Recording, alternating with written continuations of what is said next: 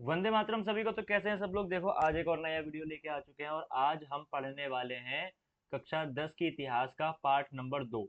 हम लोगों ने पार्ट 2 का फर्स्ट पार्ट यानी कि इससे पहले अभी हमने इस वीडियो से पहले भारत में राष्ट्रवाद किया था और इसका पहला टॉपिक पहला विश्व युद्ध, खिलाफत और असहयोग आंदोलन, सत्याग्रह का विचार क्या था, ये सब हम जो पढ़ चुके हैं। रॉलेट एक्ट हम पढ़ चुके हैं और अब हम पढ़ने वाले हैं कि गांधी जी ने, लास्ट हमने ये पढ़ा था कि उन्होंने एक असहयोग आंदोलन शुरू करना, उन्हें गांधी जी ने सोचा कि हमको एक असहयोग आंदोलन शुरू करना चाहिए।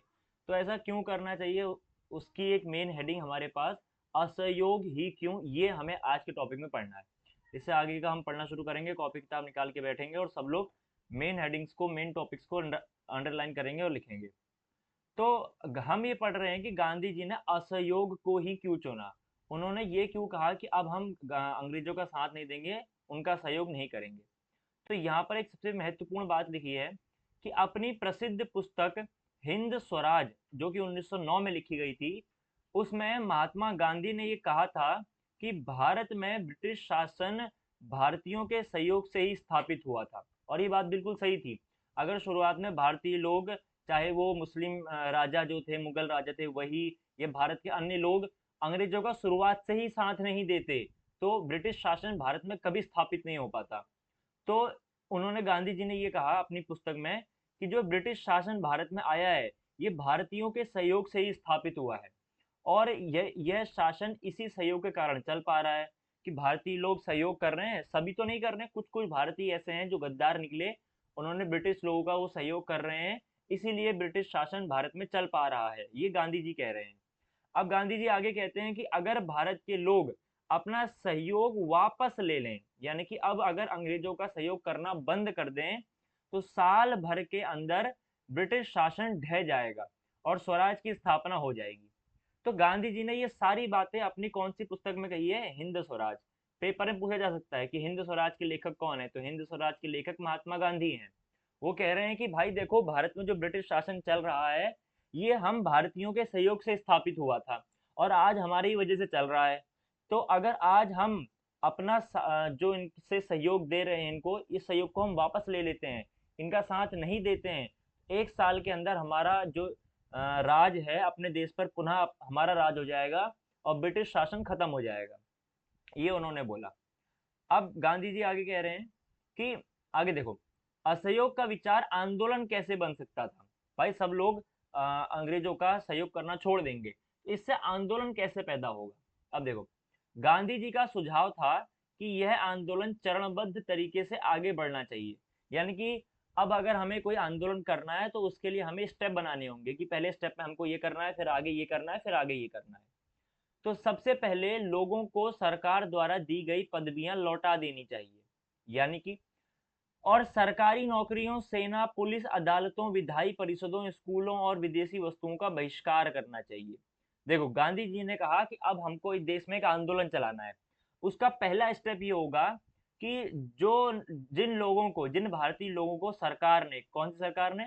ब्रिटिश सरकार ने जो भी पदवियां दे रखी हैं, ठीक है, जो भी पद दे रखा है, कोई भी जो भी सरकारी नौकरियां भारतीयों को मिली हुई है, चाहे वो लोग सेना में हो या पुलिस में हो या अदालतों में काम करते हो, जज वगैरह, वकील वगैरह हो, या फिर विधायी परिषदों में काम करते हो, जो बच्चे सरकारी स्कूलों में पढ़ रहे हैं यानी कि अंग्रेजों के स्कूलों में पढ़ रहे हैं, वो सब छोड़ दो और अंग्रेजी वस्तुओं का बहिष्कार करो। यानी कि अंग्रेजों को ये बताओ कि हम विदेशी वस्तुएं नहीं खरीदेंगे।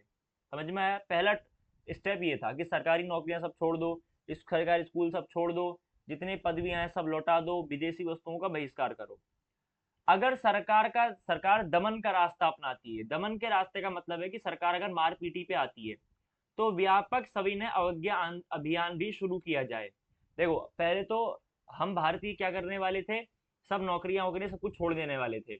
अगर इस पे अंग्रेज सरकार मारपीट पे आए, तो फिर पूरे देश भर में सविनय अवज्ञा अभियान भी शुरू किया जाएगा। सेकंड स्टेप में ये बताया गांधी जी ने।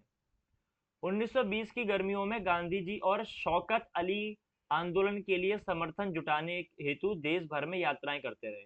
अब भाई इतना बड़ा आंदोलन करना है, तो लोगों की राय भी तो जाननी होगी, लोगों को मनाना भी पड़ेगा। तो इसके लिए दो लोग, शौकत अली, ठीक है, ये एक मुस्लिम नेता थे, और हमारे गांधी जी। शौकत अली और गांधी जी पूरे देश भर में घूमने लगे, यात्राएं करने लगे अपने सपोर्ट में लोगों को लेने के लिए। कांग्रेस में बहुत सारे लोग इन प्रस्तावों पर संशकित थे। ठीक है, अब देखो, अ, कांग्रेस के बहुत सारे लोग ऐसे थे जो जो भी गांधी जी ने प्रस्ताव रखे उन पर शंका करते थे, माने उन्हें अच्छे से यकीन नहीं था कि ये सफल हो पाएगा या नहीं हो पाएगा।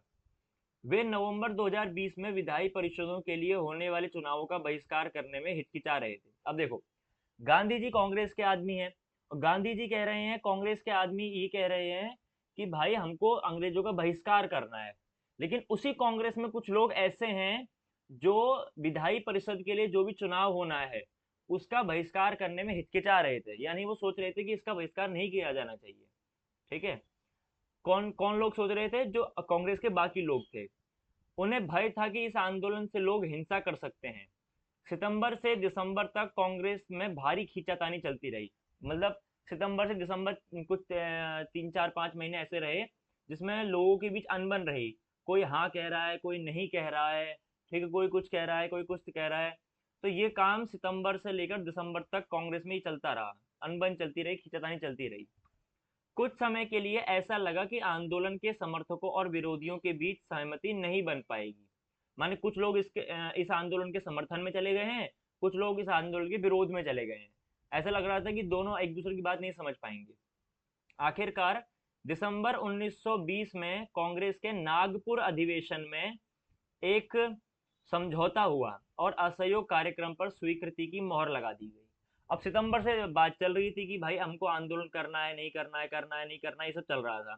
ठीक है, तो जाके दिसंबर 1920 में जब कांग्रेस का नागपुर का अधिवेशन हुआ तो कांग्रेस के नागपुर के अधिवेशन में एक समझौता हुआ और असहयोग आंदोलन पर स्वीकृति की मोहर लग गई, यानी कि सब लोगों ने मान लिया कि हाँ अब आंदोलन करना चाहिए।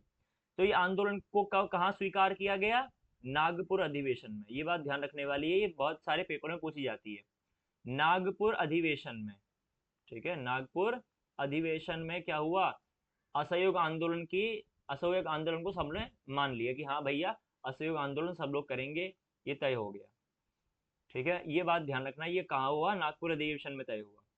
अधिवेशन वो चीज होती है जहाँ सारे देश भर के नेता वेता लोग आके मिलते हैं। अब प्रश्न है कि भाई आंदोलन किस तरह आगे बढ़ा, उसमें किन लोगों ने हिस्सा लिया, विभिन्न सामाजिक समूहों ने असहयोग के विचार को किस तरह समझा। भारत में बहुत सारे टाइप के समूह के लोग थे, तो सबको समझाना था कि भाई असहयोग देखो ऐसा है, और उन लोगों ने अपने अपने दिमाग से उसको कैसा समझा, हमको ये पढ़ना है आगे। ठीक है, चलो। तो देखो तुम्हें यहाँ पर कुछ तस्वीरें दिखाई दे रही होंगी। यहाँ पर ये चित्र कह रहा है कि यहाँ पर क्या हो रहा है, विदेशी कपड़ों का बहिष्कार हो रहा है जुलाई 1922 में। जुलाई 1922 में क्या हो रहा है? विदेशी कपड़ों का बहिष्कार हो रहा है। ठीक, और देखो दिसंबर 1920 में क्या हुआ कि असहयोग आंदोलन पे मोहर लग गई। दिसंबर 1920 में बोला गया कि असहयोग आंदोलन होगा। और ये 1922 की ये फोटो है, 2 साल बाद की ये फोटो है। और दिखा रहे हैं कि देखो भाई ये गांधी जी का चरखा है, ये बहुत बड़ा सा। ठीक है, और लोग क्या कह रहे हैं कि विदेशी कपड़ों को हम लोग यहाँ पर बहिष्कार कर रहे हैं, विदेशी कपड़ों को हम नहीं खरीदेंगे, हम अपने चरखे से अपना कपड़ा खुद बनाएंगे। देखो चरखा है यहाँ पर। तो लोग विदेशी कपड़ों का बहिष्कार कर रहे हैं, जुलाई 1922 की फोटो है। अब देखो, अभी हमने पढ़ा था कि हमारा आंदोलन आगे कैसे बढ़ेगा और अलग अलग लोगों ने कैसे आंदोलन को समझा। तो नंबर दूसरी हेडिंग है कि आंदोलन के भीतर अलग अलग कैसी धाराएं बनी। देखो, असहयोग खिलाफत आंदोलन जनवरी 1921 में शुरू हुआ। 1920 में इस पर मोहर लग गई नागपुर अधिवेशन में, और 1921 में क्या हुआ? आंदोलन स्टार्ट हो गया। ठीक है, ये बात ध्यान रखनी, सारी डेट याद रखनी है। इस आंदोलन में विभिन्न सामाजिक समूहों ने हिस्सा लिया, लेकिन हर एक की अपनी अपनी आकांक्षाएं थी। मतलब आदिवासी लोग कुछ और चाह रहे थे, बाकी कुछ लोग कुछ और चाह रहे थे। ठीक है, सभी ने स्वराज के आह्वान को स्वीकार तो किया, लेकिन उसके लिए सबके अलग अलग अर्थ थे। यानी कि अब पूरे देश भर के लोगों ने ये तो मान लिया कि हाँ भाई अंग्रेजों को हटाना है और अपना शासन देश पर चलाना है, लेकिन अपना शासन चलाने का मतलब अलग अलग लोगों के लिए अलग अलग था। जैसे मैं हूं तो मेरे लिए अपना शासन चलाने का मतलब कुछ और हो सकता है, तुम्हारे लिए कुछ और हो सकता है। तो यही चीजें असहयोग आंदोलन में चल रही थी। अब शहरों में ये आंदोलन कैसे चला? देखो, आंदोलन की शुरुआत आंदोलन की शुरुआत शहरी मध्य वर्ग के हिस्सेदारी के साथ हुई। आंदोलन किससे शुरू हुआ? जो शहरों का मध्यम वर्ग था, मिडिल क्लास लोग जो थे शहरों के, उनसे ये आंदोलन शुरू हुआ। हजारों विद्यार्थियों ने स्कूल कॉलेज छोड़ दिए। हेडमास्टरों और शिक्षकों ने इस्तीफे सौंप दिए, कोई नहीं पढ़ा रहा है अब सरकारी स्कूलों में, अंग्रेजों के स्कूलों में। वकीलों ने मुकदमे लड़ना बंद कर दिया। मद्रास के अलावा ज्यादातर प्रांतों में परिषद चुनावों का बहिष्कार किया गया। मद्रास एक ऐसा इलाका था जहां पर जो अंग्रेजों के चुनाव हो रहे थे, अंग्रेज जो सरकार चलती थी उस समय के जो चुनाव थे, मद्रास में नहीं हो पाया ये बहिष्कार, बाकी बहुत सारे अलग अलग राज्यों में बहिष्कार शुरू हुआ। ठीक है। मद्रास में गैर ब्राह्मणों द्वारा बनाई गई जस्टिस पार्टी का मानना था कि काउंसिल में प्रवेश के जरिए उन्हें वे अधिकार मिल सकता है जो सामान्य रूप से केवल ब्राह्मणों को मिल पाते हैं। ठीक है। इसलिए इस पार्टी ने चुनाव का बहिष्कार नहीं किया। अब ध्यान से सुनो, उस समय जातिवाद बहुत ज्यादा था। ठीक है। अब वो ऐसा था कि ब्राह्मणों को कुछ अधिकार मिले हुए थे कि ये काम सिर्फ ब्राह्मण लोग ही कर सकते हैं उस टाइम पर, आज के जमाने में नहीं। उस टाइम पर ऐसा था कि कुछ अधिकार सिर्फ ब्राह्मणों को मिले हुए थे। अब जो गैर ब्राह्मण लोग थे, यानी कि जो ब्राह्मण नहीं थे, ब्राह्मणों के अलावा जो लोग थे, उनका ये मानना था कि अगर हमको अधिकार चाहिए तो हमको क्या करना होगा, हमको सरकार में जाना पड़ेगा, हमको पावर लेनी पड़ेगी, सत्ता में जाना पड़ेगा। ठीक है, चुनाव लड़के कुछ बनना पड़ेगा, तब हमको अधिकार मिल सकता है कोई बड़ा। तो गैर ब्राह्मणों की जो पार्टी थी, जस्टिस पार्टी, ये बात ध्यान रखना, उसका ये मानना था कि जब तक हम सरकार में प्रवेश नहीं करेंगे तब तक हमको अधिकार नहीं मिल सकता है। ठीक है, बात समझो कि मद्रास में, अभी मैंने कहा कि मद्रास के अलावा सारे बाकी जगह पर लगभग लगभग बहिष्कार हुआ चुनावों का, अंग्रेजी चुनाव को कोई नहीं सपोर्ट करेगा ऐसा हुआ। लेकिन मद्रास में ऐसा था कि जो लोग ब्राह्मण नहीं थे उन्होंने अपनी पार्टी बना रखी थी, जस्टिस पार्टी। इन लोगों का मानना था कि जब तक सरकार में प्रवेश के जरिए उनको अधिकार मिल सकते हैं जो सिर्फ और सिर्फ ब्राह्मणों को मिलते हैं, इसलिए इन लोगों ने चुनाव का बहिष्कार नहीं किया। मद्रास के लोगों का मानना था कि हम चुनाव लड़ेंगे और हम सरकार में जाएंगे, काउंसिल में जाएंगे, तो हमको अधिकार वाले मिलेंगे जो ब्राह्मणों को मिले हुए हैं, हमको नहीं मिलते हैं वैसे। समझ में आ रही बात? तो उनको भाई ऐसे सीधे सीधे तो अधिकार मिलते नहीं गैर गैर ब्राह्मणों को। उस समय उन लोगों ने सोचा कि अब पार्टी में जाओ या किसी काउंसिल में कोई मंत्री वंत्री कुछ बन जाओ तो हमको भी अधिकार मिलेंगे ब्राह्मणों वाले। तो आर्थिक मोर्चे पर असहयोग का असर और भी ज्यादा नाटकीय रहा। विदेशी सामानों का बहिष्कार किया गया, शराब की दुकानों की पिकेटिंग की गई। पिकेटिंग का मतलब होता है प्रदर्शन या विरोध का ऐसा रूप जिसमें लोग किसी दुकान, फैक्ट्री या दफ्तर के भीतर जाने का रास्ता रोक लेते हैं। ठीक है, पिकेटिंग का मतलब है कि शराब की दुकानों की पिकेटिंग का मतलब है कि शराब की दुकानों के अंदर किसी को नहीं जाने दिया जा रहा है, ये हो रहा है। और विदेशी कपड़ों की होली जलाई जाने लगी। तो देखो मतलब प्योर तरीके से लोगों ने ठान लिया है कि अब अंग्रेजों को भगाना ही भगाना है। तो सबसे पहले क्या हो रहा है यहाँ पर, विदेशी कपड़ों का बहिष्कार हो रहा है, विदेशी सामानों का बहिष्कार हो रहा है, शराब की दुकानों की पिकेटिंग की जा रही है। पिकेटिंग का मतलब यह है कि फैक्ट्री के भीतर जाने वाला रास्ता रोक लिया जा रहा है। और विदेशी कपड़ों की होली जलाई जाने लगी, माने विदेशी कपड़ों को आग में डाल के लोग जला रहे हैं। 1921 से लेकर 1922 के बीच विदेशी कपड़ों का आयात आधा रह गया। आयात का मतलब होता है जो चीजें हम अपने देश में ला रहे हैं। उस जमाने में क्या होता था कि बहुत सारा विदेशी कपड़ा विदेश से भारत में आता था। ठीक है, अब विदेश से भारत में आता था, वहां का कपड़ा ज्यादा एडवांस टेक्नोलॉजी का था। हमारे वहाँ सूत काटते थे चरखे में, वहां से बढ़िया कपड़ा बन के आता था फैक्ट्रियों का, बड़ी बड़ी। तो लोग क्या करते थे, विदेशी कपड़ा खरीद लेते थे, भारत का कपड़ा बिक नहीं पाता था। तो जब से गांधी जी ने बोला कि भाई अंग्रेजी कपड़ा नहीं खरीदेंगे, तो लोगों ने अंग्रेजी कपड़ा कपड़ा खरीदना ही बंद कर दिया। तो जो बड़े बिजनेसमैन थे उन्होंने विदेशों से मंगाना ही बंद कर दिया। इसलिए कहा जा रहा है कि 1921 से 22 के बीच विदेशी कपड़ों का आयात आधा रह गया था। आधे लोगों ने तो मंगाना ही बंद कर दिया विदेश से। उसकी कीमत 102 करोड़ से घटकर 57 करोड़ रह गई थी। अब सोचो, जो 102 करोड़ का कपड़ा उस समय भारत आ रहा था वो घटकर सीधे 57 करोड़ पर आ गया, यानी कि अब सिर्फ 57 करोड़ का ही माल विदेश से भारत आ रहा है। बहुत सारे स्थानों पर व्यापारियों ने विदेशी चीजों का व्यापार करने और विदेशी व्यापार में पैसा लगाने से इनकार कर दिया। अब बहुत सारे जो भारतीय व्यापारी थे उन्होंने क्या करा, विदेशी चीजें खरीदनी बंद कर दी और विदेशी जो व्यापार थे, विदेशी टाइप के बिजनेस में पैसा लगाना ही बंद कर दिया यहाँ के लोगों ने। जब बहिष्कार आंदोलन फैला और लोग आयातित कपड़े को छोड़कर केवल भारतीय कपड़े पहनने लगे, तो भारतीय कपड़ा मिलों और हथकरघों का उत्पादन भी बढ़ने लगा। भाई सीधी सी बात है कि अब विदेश से तो कपड़ा लोग खरीद नहीं रहे हैं, तो भारत का ही कपड़ा पहनेंगे।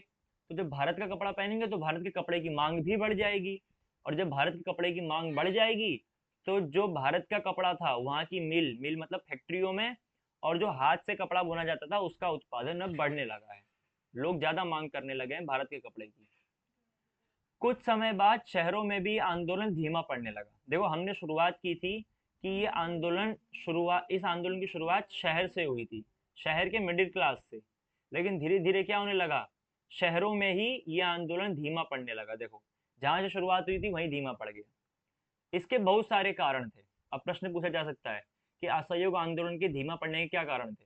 ठीक है, देखो खादी का कपड़ा मिलों में भारी पैमाने पर बनने वाले कपड़ों के मुकाबले प्रायः महंगा होता था। खादी कपड़ा मतलब जो हम लोग भारत में उस समय बनाते थे चरखे वर्के से, वो कपड़ा क्या होता था, जो फैक्ट्रियों में भारी मतलब बड़े बड़े लेवल पर कपड़ा बनता था उसके मुकाबले महंगा होता था। यानी कि भारत का कपड़ा महंगा मिलता था और विदेश की कंपनियों से जो कपड़ा आता था वो सस्ता होता था, और गरीब लोग उसे नहीं खरीद सकते थे। तो खादी का कपड़ा जो था, भारत का कपड़ा, ये महंगा होता था तो गरीब लोग इसको नहीं खरीद पाते थे, क्योंकि उस समय ज्यादातर मिडिल क्लास लोग थे। वे मिलों के कपड़ों का लंबे समय तक बहिष्कार कैसे कर सकते थे। भाई उनके पास ना इतना पैसा है कि वो खादी कपड़ा खरीद सके, और लंबे समय तक बहिष्कार करेंगे तो उनके पास ज्यादा पैसा भी नहीं है। भाई सारा पहनने में लगा देंगे तो फिर खाएंगे क्या। ब्रिटिश संस्थानों के लिए बहिष्कार से भी समस्या पैदा होने लगी। आंदोलन की कामयाबी के लिए वैकल्पिक भारतीय संस्थानों की स्थापना जरूरी थी। अब देखो मुसीबत यह है कि हम विदेश का कपड़ा भी नहीं खरीदना है हमको, लेकिन हम भारत का कपड़ा भी नहीं खरीद पा रहे हैं क्योंकि वो महंगा है। तो हमको भी भारत में क्या करनी पड़ रही थी, या तो हम फैक्ट्री लगाएं, फिर दो ही ऑप्शन बचते हैं, या तो हम भारत में ही फैक्ट्री लगाएं और बड़े लेवल पे कपड़ा बनाएं ताकि सस्ता मिले, फिर या तो विदेश से खरीदें। अब विदेश का खरीद नहीं सकते तो एक ऑप्शन बचता है कि भारत में ही नए नए संस्थान खोले जाएं, नई नई फैक्ट्रियां खोली जाएं, ताकि ब्रिटिश संस्थानों के स्थान पर उनका प्रयोग किया जा सके। लेकिन वैकल्पिक संस्थानों की स्थापना की प्रक्रिया बहुत धीमी थी। भाई शुरुआत से नई फैक्ट्री लगाना बहुत बड़ा प्रोसेस है, उसकी प्रक्रिया बहुत धीमी होती थी। उस समय कोई बड़ी टेक्नोलॉजी तो थी नहीं, तो भारत में फैक्ट्री लगाना बहुत महंगा था और बहुत धीमा प्रोसेस था। तो इस सब के बदौलत फिर क्या होने लगा, फलस्वरूप विद्यार्थी और शिक्षक सरकारी स्कूलों में लौटने लगे। अब क्या करते बेचारे, मजबूर हो गए हैं, ना खाने को पैसा है ना पहनने को पैसा है, अब पैसा तो कमाना पड़ेगा। तो जो विद्यार्थी लोग थे और जो शिक्षक लोग थे वापस अंग्रेजों के सरकारी स्कूलों में चलने लगे, और वकील दोबारा सरकारी अदालतों में नजर आने लगे। तो जिन लोगों ने इस आंदोलन की शुरुआत करी थी, उन्हीं लोगों ने इस आंदोलन का साथ छोड़ना धीरे धीरे शुरू कर दिया। ठीक है, क्योंकि भाई विदेशी कपड़ों का तुम बहिष्कार कर रहे हो और उसको तुम उसके अलावा तुम कोई कपड़ा अगर खरीदते हो तो वो महंगा है। तो बहुत सारे ऐसे रीजन थे जिसकी वजह से शहरों में आंदोलन धीमा पड़ने लगा। फिर अगला है कि ग्रामीण इलाकों में विद्रोह। अब हम अभी तक ये बात चल रही थी शहरों की कि शहरों में क्या क्या चल रहा है, अब बात चलेगी ग्रामीण इलाकों में कैसे विद्रोह हुआ अंग्रेजी सत्ता के खिलाफ। शहरों से बढ़कर असहयोग आंदोलन देहात में भी फैल गया था। अब हमने ये तो पढ़ लिया कि शहरों में ये आंदोलन धीमा पड़ गया, लेकिन बढ़ते बढ़ते ये आंदोलन देहात में भी फैलने लगा। देहात मतलब गाँव में फैलने लगा। युद्ध के बाद देश के विभिन्न भागों में चले किसानों और आदिवासियों के संघर्ष भी इस आंदोलन में समा गए।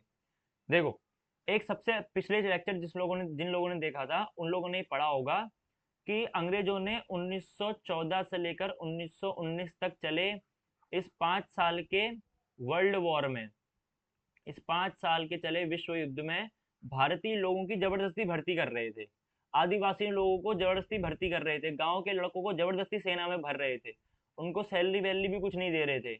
इससे क्या था कि गांव के जो किसान लोग थे और जो आदिवासी लोग थे वो लोग अंग्रेजों से बहुत गुस्सा थे।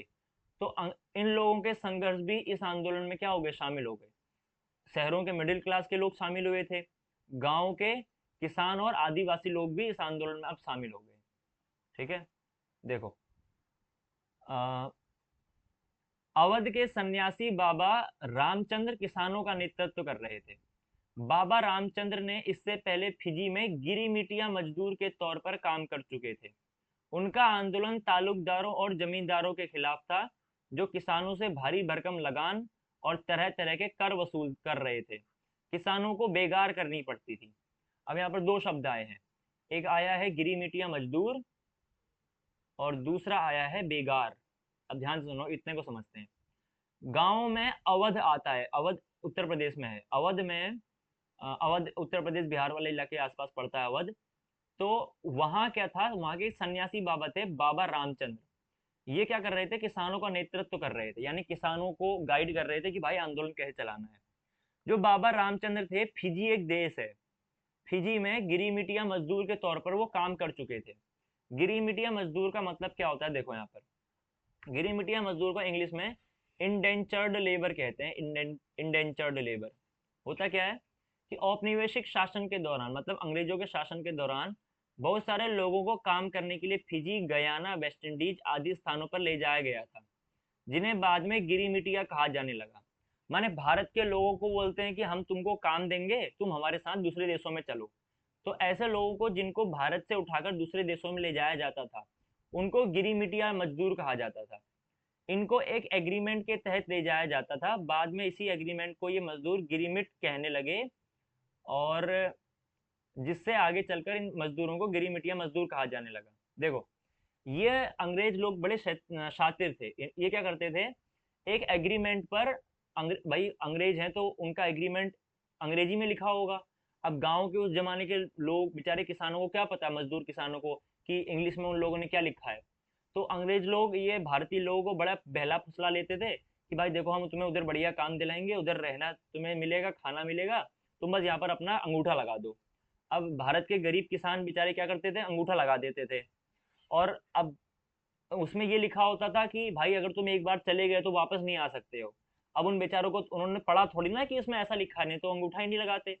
तो बेचारों को, बेचारे अंगूठा लगा देते थे और अंग्रेजों के साथ चले जाते थे। तो ये अंग्रेज लोग क्या करते थे, फिजी, गयाना, वेस्ट इंडीज आदि इलाकों में इनको ले जाते थे देशों में, और वहीं इनको बंधक बना के रखते थे और बहुत गंदा इनसे काम करवाते थे। और ये जो किसान लोग थे, ये बाद में एग्रीमेंट को एग्रीमेंट ना करके गिरमिट कहते थे, और इसी वजह से इनका नाम पड़ गया गिरीमिटिया मजदूर। समझे कुछ। तो गिरीमिटिया मजदूर के तौर पर काम करते थे, माने कि रामचंद्र बाबा जी को भी अंग्रेजों ने ऐसे ही धोखे से लेकर गए दूसरे देशों में। ठीक है, फिर जैसे तैसे वो वापस आ गए थे। अब ये जो बाबा रामचंद्र थे, इनका आंदोलन किसके खिलाफ चल रहा था, तालुकदारों और जमींदारों के खिलाफ। तालुकदार और जमींदार वो लोग होते थे जिनकी बहुत बड़ी बड़ी जमीनें होती थी। वो अपने वहां काम करने के लिए मजदूरों को रखते थे, और मजदूरों की बड़ी बुरी हालत करके रखते थे। तो ये जमींदार लोग बहुत गंदे होते थे उस समय। ठीक है, ये जमींदार लोग बहुत गंदे होते थे, तो इन लोगों के खिलाफ, इन जमींदारों के अत्याचार के खिलाफ बाबा रामचंद्र जी ने किसानों को इकट्ठा कर लिया असहयोग आंदोलन के अंदर। और ये जमींदार क्या करते थे, किसानों से भारी भरकम लगान लेते थे। लगान मतलब अगर मान लो किसान ने 2 बीघा खेती की है, तो बोलते हैं भाई 1.5 बीघा खेती हमको दे पहले, और 50 अपने पास रख बस। ऐसा है। ठीक है। तो और तरह तरह के कर वसूलते थे, जैसे मान लो जमीन पर कर ले लिया, उनके घर पे भी कर ले रहे हैं, कुछ खरीद रहे हैं उस पर भी टैक्स ले रहे हैं। तो ये जमींदार लोग बहुत टैक्स लेते थे बेचारे किसानों से, और भारी भरकम लगान भी वसूलते थे। ठीक है, तो किसानों को क्या करनी पड़ती थी, बेगार करनी पड़ती। अब बेगार क्या है, बेगार का मतलब होता है बिना किसी परिश्रमिक के काम करवाना। मतलब बिना पैसा दिए अगर तुम किसी के पास काम कर रहे हो तो तुम बेगार कर रहे हो, बेगार। तो बेचारे किसानों को क्या करनी पड़ती थी, मजबूरी में बेगार करनी पड़ती थी। माने जमींदार लोग अपने वहां काम करवाते थे और पैसा भी नहीं देते थे। पट्टेदार के तौर पर उनके पट्टे निश्चित नहीं होते थे। ठीक है, पट्टे निश्चित नहीं होते थे, मतलब फिक्स नहीं था कि इतने ही जमीन पे तुमको काम करना है। कभी एक आदमी को ज्यादा जमीन पे भी काम करवा लेते थे। उन्हें बार बार पट्टे की जमीन से हटा दिया जाता था। जैसे मान लो तुम हो, ठीक है, तुम्हें किसी ने 1 एकड़ जमीन दे दी, बोला आज से तुम इसके मालिक हो, तुम इस पे काम करो, बस हमको टैक्स दे देना।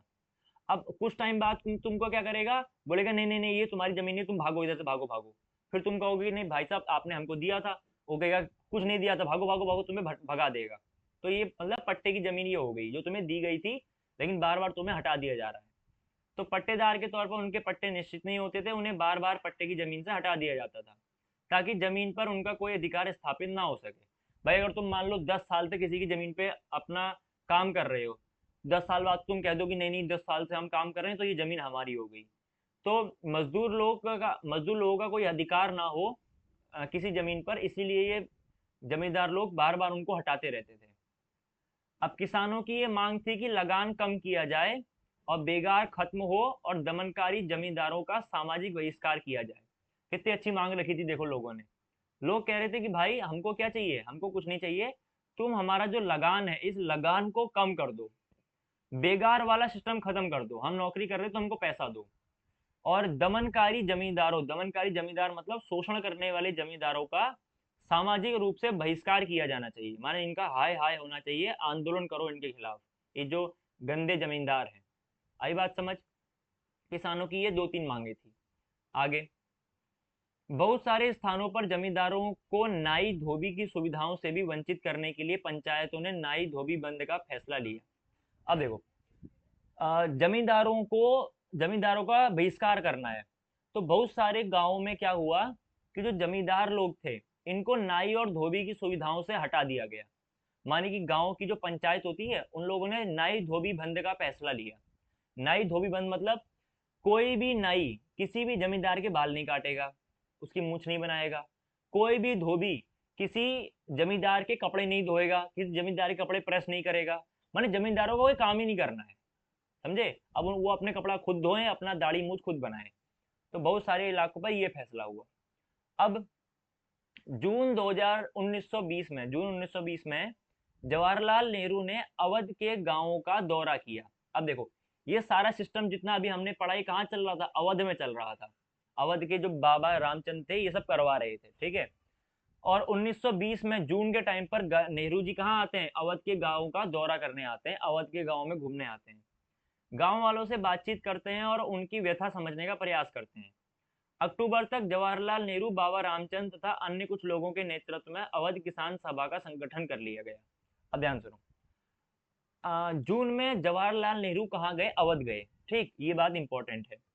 और अवध जाने के बाद वो कुछ टाइम तक वहां रहे, और कुछ टाइम तक वहां रहने के बाद लोगों की बातें सुनी और उनकी मजबूरी को समझा। उसके बाद अक्टूबर तक, यानी कि 3-4 महीने बाद, उन्होंने क्या करवाया, जवाहरलाल नेहरू ने बाबा रामचंद्र और कुछ दूसरे लोगों के साथ मिलकर अवध किसान सभा का गठन करा। एक सभा बनाई, माने कि एक कमिटी बनाई, एक ग्रुप बनाया किसान के लोगों का, अवध किसान सभा, इसका गठन किया गया, ठीक है। चलो, महीने भर में इस पूरे इलाके के गांवों के संगठन की 300 से ज्यादा शाखाएं बन चुकी थी। माने कि एक जो बड़ी किसान सभा बनी, इसके अलग अलग गांव में अलग अलग ब्रांचेस खुल गई। माने एक इस गांव में भी कुछ लोग उस सभा से जुड़ गए, दूसरे गांव के भी कुछ लोग उस सभा से जुड़ गए। फिर अगले साल जब असहयोग आंदोलन शुरू हुआ, देखो हमने अभी थोड़ी देर पहले पढ़ा था कि असहयोग आंदोलन कब स्टार्ट हुआ। असहयोग आंदोलन जनवरी 1921 में स्टार्ट हुआ। बात समझो, जनवरी 1921 में ये शुरुआत हुई किसकी, असहयोग आंदोलन की। 1921 में शुरुआत हुई थी। और हम अभी कब की बात पढ़ रहे हैं, हम अभी 1920 की बात पढ़ रहे हैं, ठीक है भाई, समझ में आया? 1920 की हम बात पढ़ रहे हैं, और 1921 में असहयोग आंदोलन शुरू होने से पहले ही अवध किसान सभा का गठन कर लिया गया था, ठीक। और अब जब अगले साल आंदोलन शुरू हुआ तो कांग्रेस ने अवध के किसान संघर्ष को इस आंदोलन में शामिल करने का प्रयास किया। देखो, कांग्रेस के लोगों को ये पता था कि जितने ज्यादा लोग अंग्रेजों से गुस्सा हैं, उन सभी लोगों को अगर एक साथ इकट्ठा पहले ही कर लिया जाए तो आंदोलन शुरू करते टाइम हमें कोई दिक्कत नहीं आने वाली है। इसीलिए 1921 से पहले ही 1920 में अवध किसान सभा का गठन कर लिया गया। और जब आंदोलन शुरू हुआ तो कांग्रेस ने ये प्रयास किया कि अवध के किसान संघर्ष को इस आंदोलन में शामिल किया जाए, ठीक है। लेकिन किसानों के आंदोलन में ऐसे स्वरूप विकसित हो चुके थे जिनसे कांग्रेस का नेतृत्व खुश नहीं था। माने अब कांग्रेस ये चाहती थी कि भाई कहीं पर भी हिंसा ना हो, लेकिन जो ये अवध किसान सभा बनी, ये कांग्रेस जो ये सभा को अपने साथ मिलाना चाह रही थी, तो इस अवध किसान सभा में हिंसा उड़ गई। मतलब अवध किसान सभा के जो लोग थे, जो किसान लोग थे, ये मारपीटी पे उतर आए और कांग्रेस के लोगों को मार पीटी चाहिए नहीं थी। कांग्रेस के लोग अहिंसा से आंदोलन कराना चाहते थे। इसीलिए यहाँ पर लिखा है कि किसानों के आंदोलन में ऐसे स्वरूप आ गए थे जिनसे कांग्रेस का नेतृत्व खुश नहीं था। माने कांग्रेस को लोग खुश नहीं हो पा रहे थे, उनको चाहिए था असहयोग, लेकिन किसान करने लगे, सॉरी, कांग्रेस के लोगों को चाहिए था अहिंसा और किसान लोग करने लग गए थे हिंसा। तो 1921 में जब आंदोलन फैला तो तालुकदारों और व्यापारियों के मकानों पर हमले होने लगे। मैंने कहा नहीं कि किसानों ने मारपीट शुरू कर दी थी और कांग्रेस लोग मारपीट नहीं चाहते थे। बाजारों में लूटपाट होने लगी और अनाज के गोदामों पर कब्जा कर लिया गया। ये सब किसानों ने करा। ठीक है। बहुत से स्थानों पर स्थानीय नेता किसानों को समझा रहे थे कि गांधी जी ने ऐसा ऐलान किया है कि अब कोई लगान नहीं भरेगा और जमीन गरीबों में बांट दी जाएगी। महात्मा का नाम लेकर लोग अपनी सारी कार्रवाइयों का अंशा को सही ठहरा रहे थे।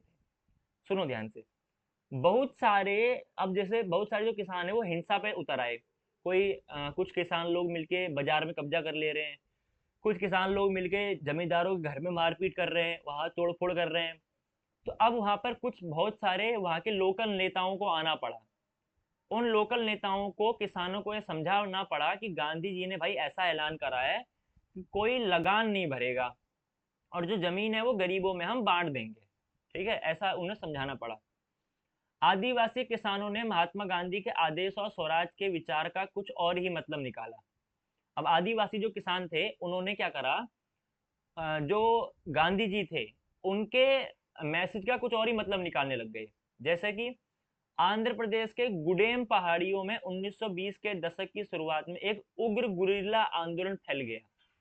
कांग्रेस इस तरह के संघर्ष को कभी स्वीकार नहीं कर सकती थी। अब देखो, गांधी जी ने बोला था कि हमको अपनी लड़ाई लड़नी है और अपना देश वापस लेना है, स्वराज पाना है, माने अपना राज चलाना अपने देश में। अब आदिवासी और किसान लोगों को लगा कि अब अंग्रेजों को मारो पीटो और भगाओ। लेकिन कांग्रेस क्या चाहती थी, गांधी क्या चाहते थे कि अहिंसा से हम आंदोलन करेंगे। अब जैसे कि गांधी जी ने कहा अहिंसा से आंदोलन चलाओ, लेकिन 1920 के दशक में क्या होने लगा, आंध्र प्रदेश में उग्र माने एक लड़ाई वाला गुरिल्ला आंदोलन फैल गया और ऐसे संघर्ष को कांग्रेस ने कभी भी एक्सेप्ट नहीं किया। ये हिंसा वाली चीजें थी, कांग्रेस हिंसा नहीं चाहती थी। अन्य वन क्षेत्रों की तरह यहाँ भी अंग्रेजी सरकार ने बड़े बड़े जंगलों में लोगों को दाखिल करने पर पाबंदी लगा दी थी। अब आंध्र प्रदेश के लोग ऐसा इसीलिए कर रहे थे क्योंकि भाई वहाँ आदिवासी लोग थे। अब आदिवासी लोग तो जंगलों में रहेंगे, लेकिन अंग्रेजों ने क्या करा, इन लोगों के जंगलों में आने पर पाबंदी लगा दी। बोला आदिवासी लोग जंगल में नहीं रहेंगे, ऐसा बोलने लगे। तो लोग इन जंगलों में ना तो मवेशियों को चरा सकते थे, माने मवेशी मतलब जानवरों को नहीं चरा सकते थे, ना ही जलवान के लिए लकड़ी और फल बीन सकते थे। जलावन के लिए माने उन्हें लकड़ी भी नहीं मिल पाई है जलाने के लिए और फल भी नहीं खा सकते वो लोग। इससे पहाड़ों के लोग परेशान और गुस्सा थे। आंध्र प्रदेश की जो पहाड़ियां थी वहां के लोग क्या होने लगे, गुस्सा होने लगे कि भाई अंग्रेज विदेश के हैं, जंगल हमारे हैं, हमें अपने जानवरों को चराना है, हमें लकड़ी चाहिए, खाना चाहिए, अंग्रेज हमको घुसने नहीं दे रहे। तो लोग गुस्सा हो गए। न केवल उनकी रोजी रोटी पर असर पड़ा, बल्कि उन्हें लगता था कि उनके परंपरागत अधिकार भी छीने जा रहे हैं। आदिवासी लोगों को लगने लगा कि भाई हमारी रोजी रोटी भी बिगड़ रही है और हमारी जो परंपराएं हैं जंगलों में रहने की, उन पर हमला हो रहा है, अंग्रेज लोग हमारे अधिकार छीन रहे हैं। जब सरकार ने उन्हें सड़कों के निर्माण के लिए बेगार करने पर मजबूर किया तो लोगों ने बगावत कर दी। अब सरकार, जो अंग्रेज सरकार थी, उन लोगों ने कहा कि आंध्र प्रदेश के जो मजदूर लोग हैं, जो आदिवासी लोग हैं, उनको सड़क बनाने के लिए बेगार करना पड़ेगा, माने सड़कों में काम करना पड़ेगा, रोड बनानी पड़ेगी, लेकिन पैसा नहीं मिलेगा। तो लोगों ने क्या कर दी, बगावत कर दी। लोग बोले कि नहीं नहीं नहीं, हम नहीं करेंगे, तुम निकलो इधर से। उनका आंदोलन करने वाले अल्लूरी सीताराम राजू, ये बात नाम याद है, नाम याद रखने का काम, ठीक है, ये नाम याद रखना, अल्लूरी सीताराम राजू एक दिलचस्प व्यक्ति थे, माने बढ़िया आदमी थे। कौन, अल्लूरी सीताराम राजू। आंध्र प्रदेश के किसानों और आदिवासियों का नेतृत्व कौन कर रहे थे, अल्लूरी सीताराम राजू। और ऊपर अवध के किसानों का नेतृत्व कौन कर रहे थे, बाबा रामचंद्र। ये दोनों नाम याद रखना, अवध में बाबा रामचंद्र और आंध्र प्रदेश के जनजातीय लोगों का, आदिवासी लोगों का आंदोलन का नेतृत्व कर रहे थे अल्लूरी सीताराम राजू। अल्लूरी सीताराम राजू बोल रहे थे कि उनके पास बहुत सारी विशेष शक्तियां हैं। मतलब अल्लूरी सीताराम राजू अपने बारे में बताते हैं कि हमारे, देखो अल्लूरी सीताराम राजू कह रहे हैं कि भाई मेरे पास बहुत सारी विशेष शक्तियां हैं। कैसे? वो सटीक खगोलीय अनुमान लगा सकते हैं, मानो उनको अच्छे से पता है कि आसमान में भी क्या चल रहा है। लोगों को स्वस्थ कर सकते थे, माने किसी को बीमार हुआ है तो उनको स्वस्थ कर सकते थे, ऐसी अल्लूरी सीताराम राजू के पास पावर्स थी, वो बता रहे हैं। तथा गोलियां भी उन्हें नहीं मार सकती थी। अल्लूरी सीताराम राजू कह रहे थे कि अगर मुझे अंग्रेज लोग गोली मारेंगे तो मैं मरूंगा नहीं। राजू के व्यक्तित्व से चमत्कृत विद्रोहियों का विश्वास था कि वो ईश्वर के अवतार हैं। ये हुई बड़ी बढ़िया बात। अब भाई किसी को गोली लग रही है और वो नहीं मरे, तो इसका मतलब लोग क्या मतलब निकालेंगे कि वो क्या है, आदमी ईश्वर का अवतार है। समझे कुछ? तो राजू जो थे, अल्लूरी सीताराम राजू, राजू महात्मा गांधी की महानता के गुण गाते थे। माने अल्लूरी सीताराम राजू की नजरों में महात्मा गांधी बहुत बढ़िया आदमी थे। उनका कहना था कि वे असहयोग आंदोलन से प्रेरित हैं। अल्लूरी सीताराम राजू कह रहे थे कि भाई मुझे प्रेरणा मिली है कहाँ से? असहयोग आंदोलन से। गांधी जो असहयोग आंदोलन करने जा रहे हैं उससे मेरे को प्रेरणा मिली है। उन्होंने लोगों को खादी पहनने और शराब छोड़ने के लिए प्रेरित किया। अल्लूरी सीताराम राजू लोगों को कह रहे हैं कि भाई तुम खादी पहनो, माने चरखे से बुना हुआ कपड़ा पहनो, और शराब छोड़ दो अंग्रेजों की। साथ ही उन्होंने दावा किया कि भारत अहिंसा के बल पर नहीं बल्कि बल प्रयोग के जरिए ही आजाद हो सकता है। देखो, इंटरेस्टिंग बात यह है कि अल्लूरी सीताराम राजू महात्मा गांधी की प्रशंसा तो कर रहे हैं, लेकिन वो महात्मा गांधी से उल्टा सोच रहे हैं। उन्होंने ये बोला कि अगर भारत को आजाद होना है तो भारत अहिंसा के बल पर नहीं बल्कि सिर्फ बल प्रयोग के जरिए ही आजाद हो सकता है। यानी कि जब हम लड़ेंगे, हम अपनी ताकत दिखाएंगे, हमला करेंगे, तभी हम आजाद हो पाएंगे, अहिंसा से आजाद नहीं हो सकते। अल्लूरी सीताराम राजू का क्या है, वो महात्मा गांधी का सपोर्ट भी करते हैं, पर उनकी विचारधारा थोड़ा सा अलग है। ठीक है? वो अपना गांधी को अपना अच्छा आदमी मानते हैं, गांधी के गुण गाते हैं, लेकिन उनसे उल्टा सोचते हैं। गांधी अहिंसा बोलते हैं, अल्लूरी सीताराम राजू बोलते हैं कि भाई हिंसा करो, मारो पीटो इनको तभी भागेंगे। गुडेम विद्रोहियों ने पुलिस थानों पर हमला किया। गुडेम मतलब आंध्र प्रदेश के लोग। ब्रिटिश अधिकारियों को मारने की कोशिश की और स्वराज प्राप्ति के लिए गुरिल्ला युद्ध चलाते रहे। गुरिल्ला युद्ध का मतलब है छुप छुप कर हमला करना। 1924 में राजू को फांसी दे दी गई। राजू अपने लोगों के बीच लोकनायक बन चुके थे। अब भाई अल्लूरी सीताराम राजू ने इतना खतरनाक आंदोलन उधर फैला दिया, लोगों ने पकड़ पकड़ के अंग्रेजों को मारा, उनके थानों पर हमला किया। ठीक है? तो इस वजह से अल्लूरी सीताराम राजू को क्या कर दिया गया, 1924 में अल्लूरी सीताराम राजू को फांसी दे दी गई, और उसके बाद राजू अपने लोगों के बीच एक लोकनायक बन चुके थे, एक हीरो बन चुके थे। बात समझ में आई? तो अभी हमने दो जगह पर आंदोलन पढ़ लिया, एक शहरों पर और दूसरा गांवों पर। अब हमें ये पढ़ना है कि भाई ये बागानों में स्वराज की कैसे स्थापना हो रही है। ठीक है? कितना बड़ा है ये। ठीक है। तो अब लास्ट टॉपिक आज का ये पढ़ेंगे कि बागानों में स्वराज। बागान मतलब वो चीजें जहां पर बहुत सारे बड़े बड़े लेवल पर खेती होती है किसी चीज की। ठीक है? देखो, महात्मा गांधी के विचारों और स्वराज की अवधारणा के बारे में मजदूरों की अपनी समझ थी। जैसे मैंने कहा नहीं, गांधी कह रहे हैं कि भाई अगर हमको अपना देश वापस चाहिए, अपना राज चाहिए, तो हमें अहिंसा करनी होगी। बिना लड़े अंग्रेजों को भगाना होगा, बिना उन्हें मारे, बिना हिंसा किए, बिना खून खराबा किए। लेकिन मजदूर लोग और जो आदिवासी लोग थे वो कुछ और सोच रहे थे। असम के बागानी मजदूरों के लिए आजादी का मतलब ये था कि उन चार दीवारियों से अब जब चाहे बाहर आ सकते थे, जिनमें उनको बंद करके रखा गया था। देखो, बागान वो चीजें होती हैं, मतलब एक बड़े एरिया पर फसल होगी और उसको चारों तरफ से बाउंड्री कर देंगे, उसके अंदर मजदूरों को रहना है। अब मजदूर उस बाउंड्री से बाहर नहीं आ सकता है, उसके लिए नियम है। अगर मजदूर बाउंड्री से बाहर आया तो समझ लो उसकी खैर नहीं।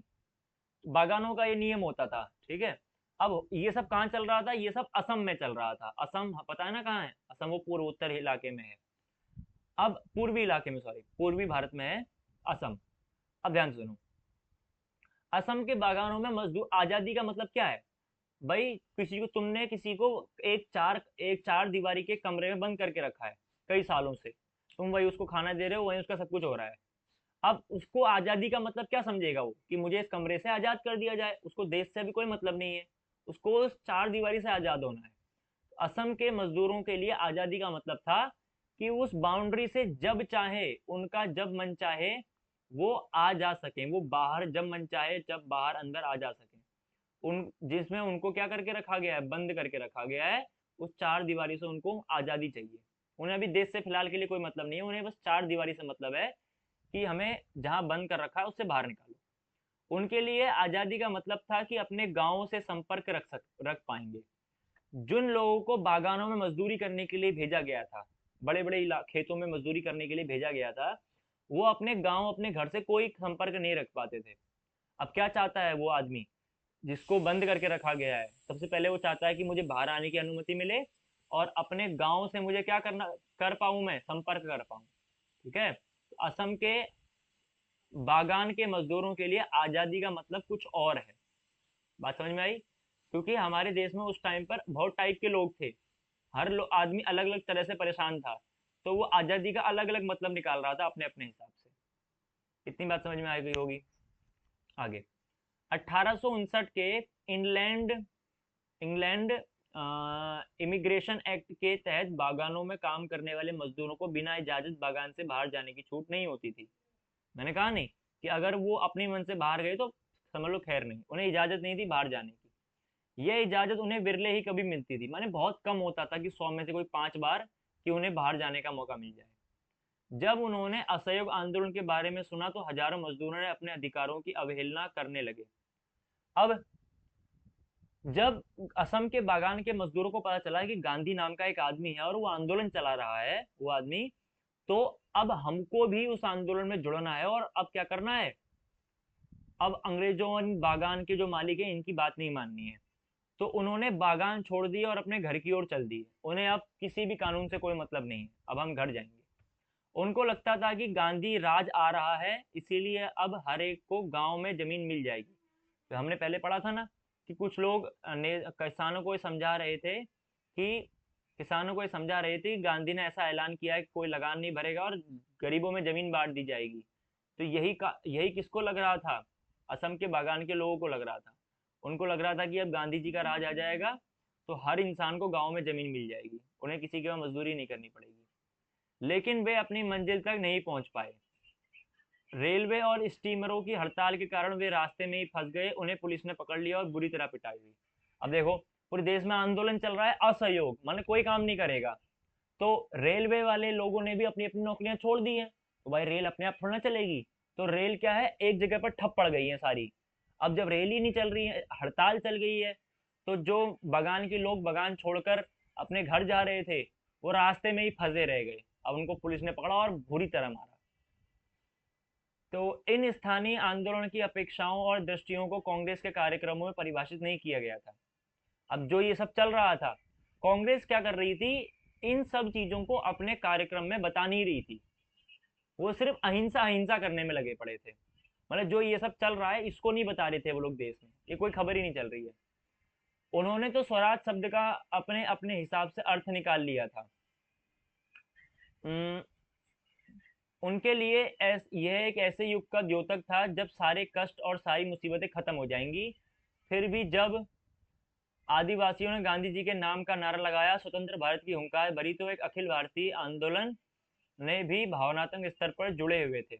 देखो, भले ही कांग्रेस के कार्यक्रमों में इन सब चीजों की चर्चा नहीं हो रही थी, जो अभी छोटे मोटे काम चल रहे हैं ये बागानों में गाँव में, ये सब कांग्रेस के लोग नहीं बात कर रहे थे अपने कार्यक्रमों में।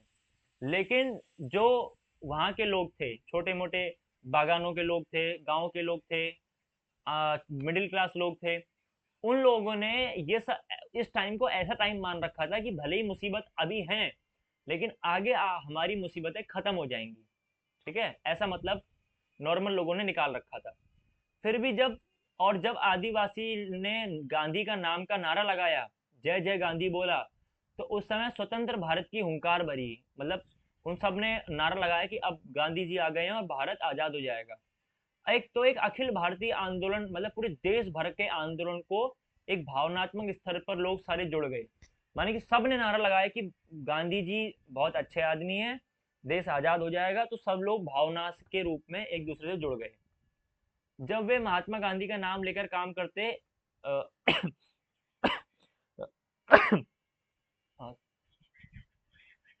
सॉरी, तो जब वे महात्मा गांधी का नाम लेकर काम करते थे या अपने आंदोलन को कांग्रेस के आंदोलन से जोड़कर देखते थे, तो वास्तव में एक ऐसे आंदोलन का अंग बन जाते थे जो उनके इलाके तक सीमित नहीं था। देखो, मैंने कहा कि अभी भाई शहरों पे अलग आंदोलन चल रहा है, आंध्र प्रदेश के लोग अलग आंदोलन चला रहे हैं, बागानों में अलग आंदोलन चल रहा है, गांव के वो रामचंद्र बाबा जी का अलग आंदोलन चल रहा है, अल्लूरी सीताराम राजू का अलग आंदोलन चल रहा है। लेकिन ये सारे लोग अपने अपने आंदोलन को किसके साथ जोड़ रहे थे? पूरे देश के असहयोग आंदोलन के साथ जोड़ रहे थे। तो उनको लग रहा था कि हम जो अलग अलग आंदोलन कर रहे हैं, ये वास्तव में एक ही आंदोलन है। तो इन सब लोगों का एक भावनात्मक रूप से जुड़ाव पैदा हो गया। ठीक है, आगे।